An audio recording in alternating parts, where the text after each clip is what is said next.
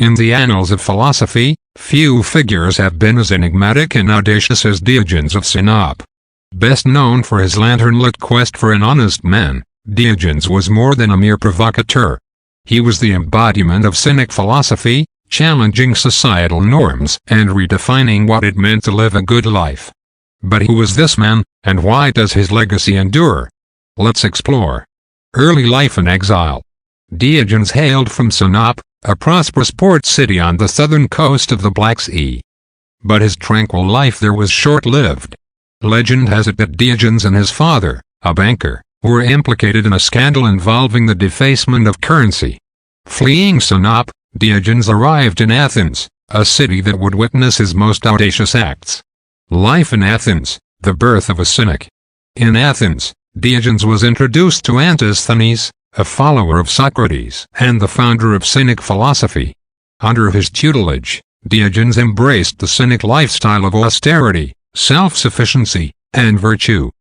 Shunning materialism, he made his home in a large ceramic jar, or pithos, in the marketplace.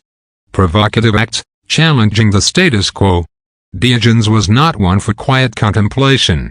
He actively engaged with Athenians, often using provocative actions to convey his beliefs. He once strolled through Athens during the day with a lit lantern, claiming he was searching for an honest man but couldn't find one. Another time, observing a child drinking water using his hands, Diogenes tossed away his only possession, a wooden bowl, declaring he too could live even more simply. His audacity knew no bounds. Invited into a rich man's house, he trampled on his lavish carpets, stating he was trampling on the pride of the owner. When asked about his nationality, he famously proclaimed he was a citizen of the world, challenging narrow identities. Encounters with greatness. Alexander the Great. One of the most recounted tales involves Diogenes' encounter with Alexander the Great.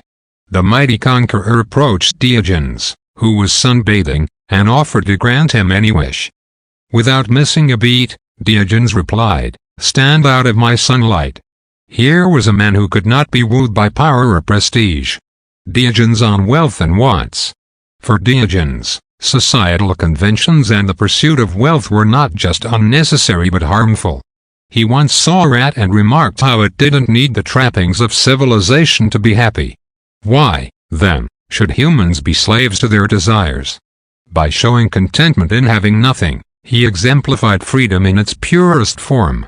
The legacy of Diogenes, beyond the anecdotes. It's easy to dismiss Diogenes as a mere eccentric, but his teachings were profound. He urged people to recognize the difference between nature-given needs and society-induced wants. He championed authenticity, encouraging individuals to shed their societal masks. Diogenes' radicalism was rooted in a deep understanding of human nature and the societal constructs of his time. He used satire, humor, and action as tools for reflection. By living his philosophy, he became a mirror for Athenian society, reflecting its absurdities and contradictions. Lessons for the modern age.